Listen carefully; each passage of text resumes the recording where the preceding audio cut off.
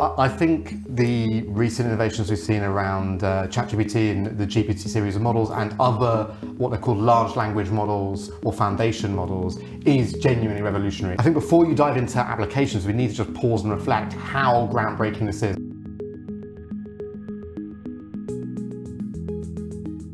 Welcome to the IEA podcast. My name is Matthew Lesh and I'm the Director of Public Policy and Communications here at the IEA.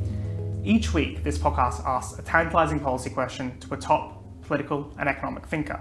Today's question, should we fear AI?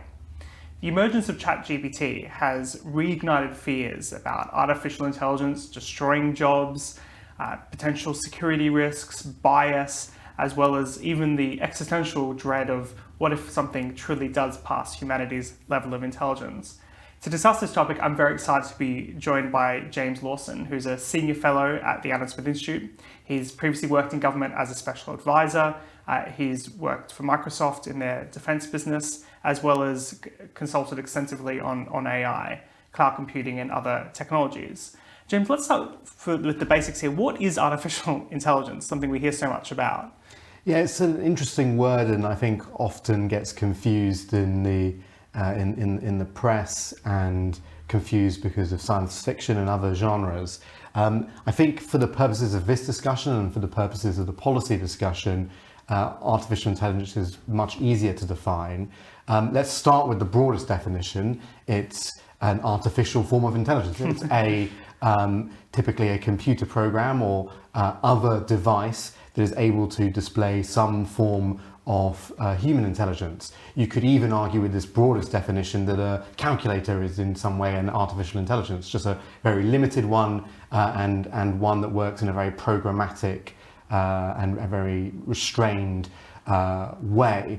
When we think about artificial intelligence today, the AI that's causing so much buzz, that's being adopted by businesses and starting to be adopted by governments, is a slightly different variant. It's a more specific definition that I think's useful to use.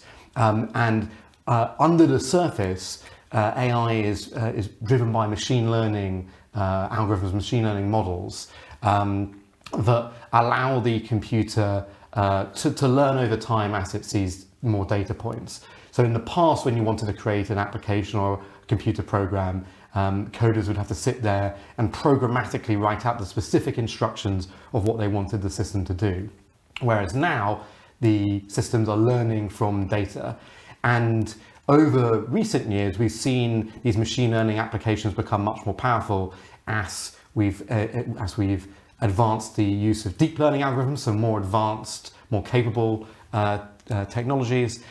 We've also massively increased the amount of data that we are throwing at them. And we've increased the amount of computing power, which is a sheer amount of processing units and the type of processing units that we use. All of this combined has led to a new wave of hype around artificial intelligence, but also a new wave of adoption. And then most recently, we've seen additional innovations on that trend that I've described, even more compute, much more powerful compute, and new algorithms, new techniques, new transformers and things that mean that AI is entering a new phase. So I think for those who have had an opportunity to play around with ChatGPT, it is astonishing just how much, I suppose, faster than what people are expecting, this technology has come to some kind of meaningful fruition. Like you can go to ChatGPT, even the earlier free version that still exists, 3.5, I believe, and ask it to write you a poem or a play or find some bits and pieces of information, and it will construct a sentence as if it is often a sentient being. Now, there's a lot of issues, particularly in the earlier editions of ChatGPT, that'll basically make things up. It'll hallucinate certain facts and certain things. But I guess, like humans, we also hallucinate and make up certain facts when 100% accurate information is not necessarily perfect. And it just seems like an extraordinary leap forward in this technology. What are some of the kind of applications of that? What do you think the impact of this is going to potentially be? Yeah, so I think the recent innovations we've seen around ChatGPT and the GPT series of models and other what they're called large language models or foundation models is genuinely revolutionary. It, I think, caught me a little bit by surprise just how quickly it's come about and how much they've improved. When GPT-2 came out, that was really, really impressive. And then I think 3 was just on another level, and the most recent release of 4 is really, really astonishing as well. And I think before you dive into applications, we need to just pause and reflect how groundbreaking this is. I was talking to my father about it the other day, who's less technologically literate than I am, and he's aware of it, but hasn't really seen the magic.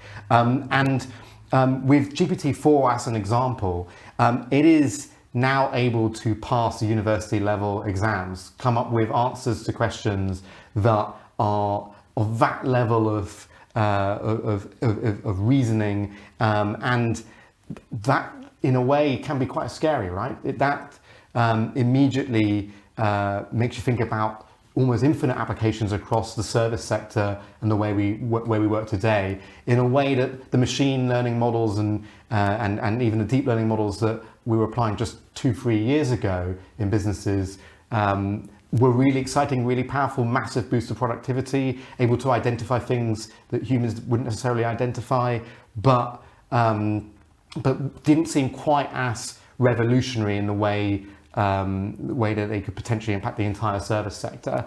I think the most obvious and immediate applications are already starting to emerge, and you see this with Microsoft planning to integrate their models from OpenAI into the Office suite, and Google looking to do the same. And within those, it's things like being able to summarize really large passages of text really quickly. Rather than needing to read a whole journal article, you can specify that you want it summarized in 200 words and get a really good summary in the space of seconds, something that would have taken you a lot of time in the past. So I think back to my university days, how would this change how you approach an essay crisis when you've got a deadline to meet? Would you really read all the journal articles, or would you just get some good summaries and go from there? If you think about the other side, so there's summarization, but what about creating text? What does this mean for bloggers? What does this mean for journalists?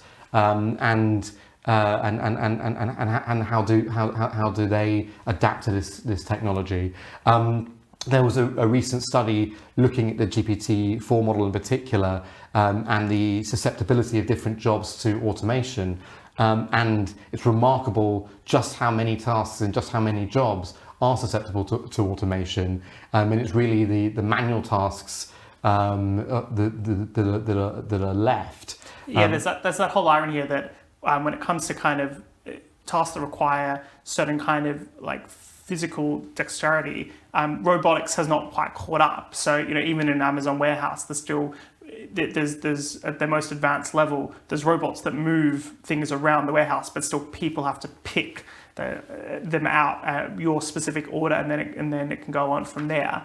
It seems like very much ChatGPT goes after the white collar professional jobs. Yeah. It can do the LSAT, the classic legal entrance exam in America at a pretty kind of decent level. It can do the SATs at a pretty decent level. It can do all these kind of almost things that here at a think tank we might want to do, which is write an opinion piece, or come up with a list of ideas, or even write a report. Now, it's probably not necessarily the same standard of quality we might expect from a think tank just yet, but it's on the cusp, and it's a useful. I've even been using it as a useful way to just summarize information or come up with some ideas in a way you might have used to have gone to Google and read through a bunch of articles. You can just put in the same questions to ChatGPT. It's much faster. It'll just give you that list.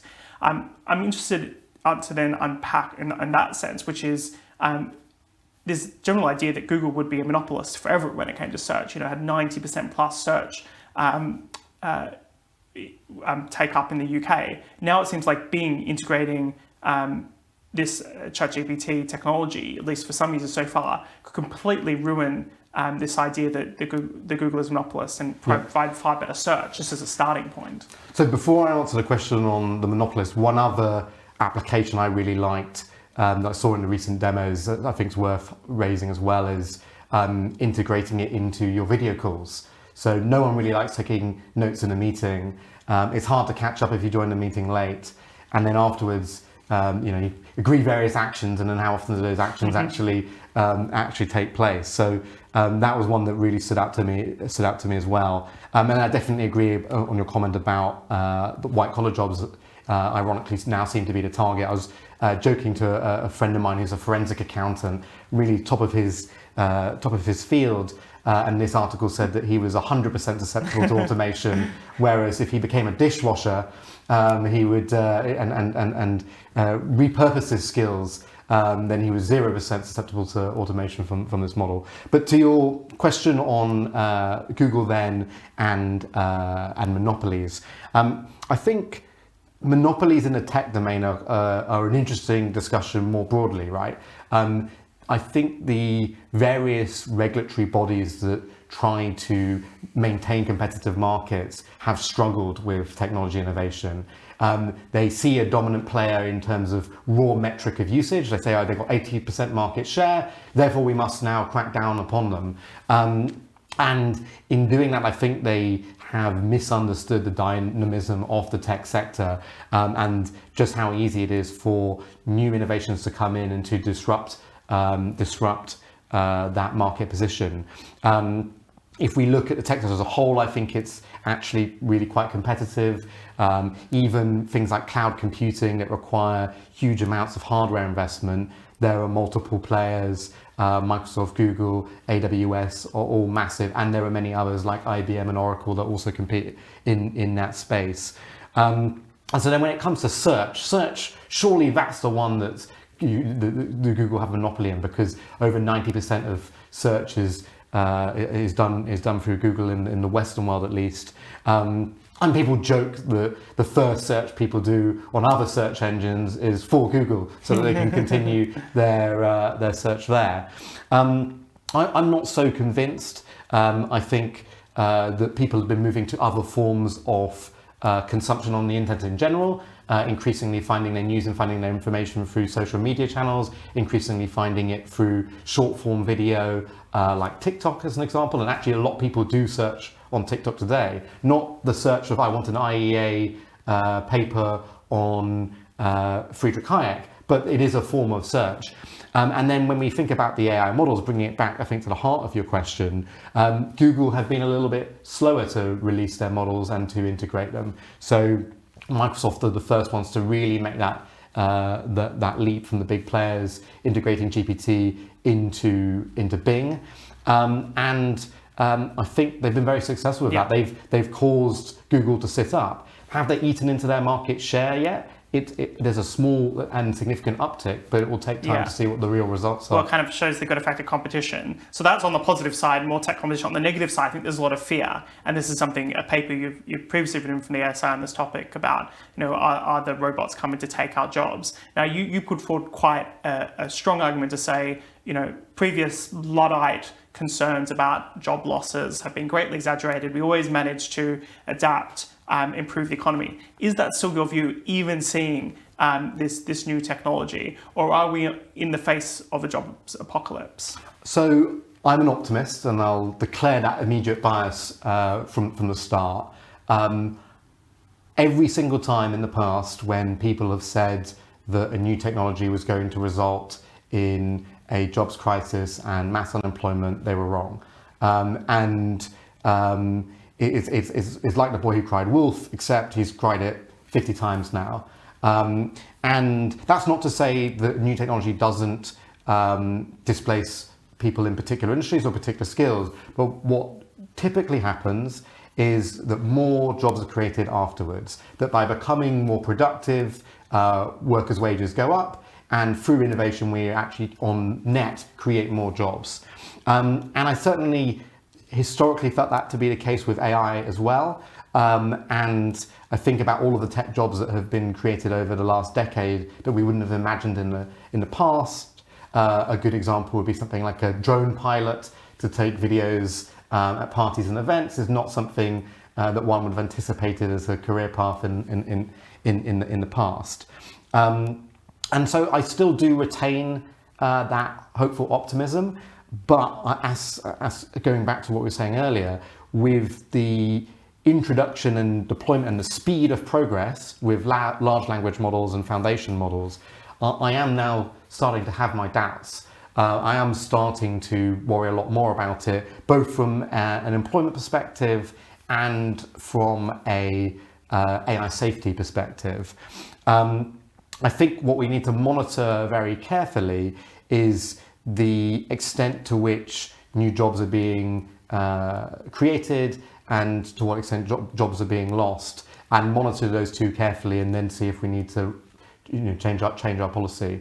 And then I think on the AI safety front, there needs to be a lot more research and a lot more analysis into that scenario. Let's unpack those kind of safety issues. So this is the kind of the classic AI alignment question. Will the AI's values be aligned with our own?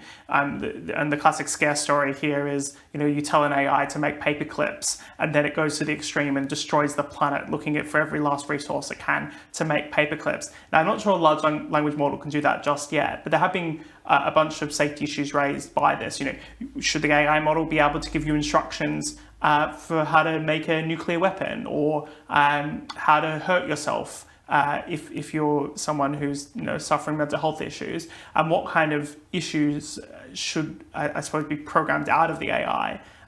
And is there also risk level there? And I think Facebook released a very very lightweight AI that you can basically run yourself. And once you can run the AI yourself, somebody's going to run an AI with no guardrails, like OpenAI is currently doing so. So what's your view in terms of addressing some of those kind of safety concerns? How far should an AI maker go, I suppose, in self-censoring their content for users?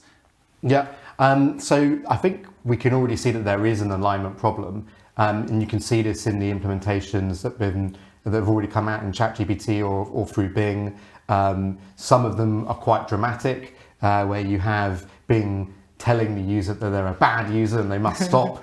I remember seeing one where they told the user they're in love with them, and was actually quite manipulative in text. Like, I can imagine somebody not quite realizing that this is AI they're speaking to and getting completely controlled by it.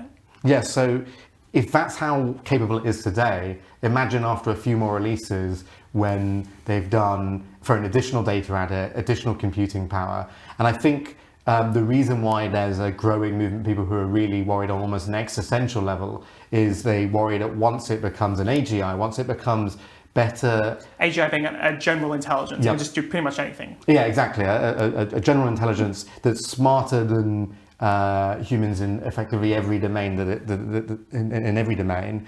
When it reaches that level, if it's not aligned to our interests, what will it go and do next? And that's why they're scared from an existential perspective.